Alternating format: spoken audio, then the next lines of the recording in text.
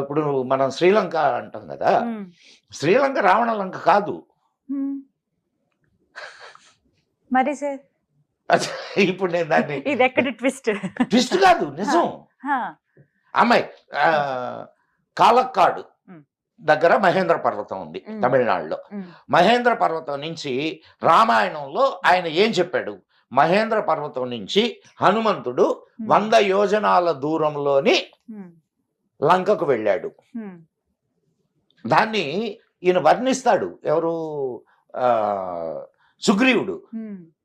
అక్కడ 100 యోజనాల దూరంలో ఒక లంక ఉంది, అది 100 యోజన విస్తీర్ణము అని.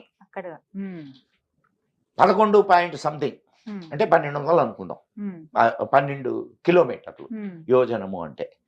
మరి 100 యోజనాలు అని అంటే 1200 కిలోమీటర్లు. ఇప్పుడు భారతదేశం నుంచి శ్రీలంక ఎంత దూరం ఉందమ్మా? ఆ వారధి ఎంత ఉంది?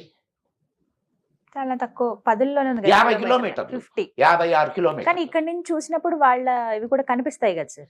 నేను అదే చెప్తుంది, 56 కిలోమీటర్లు, 56 అంతే. శ్రీలంక విస్తీర్ణం ఎంతో తెలుసా? 346 కిలోమీటర్లు.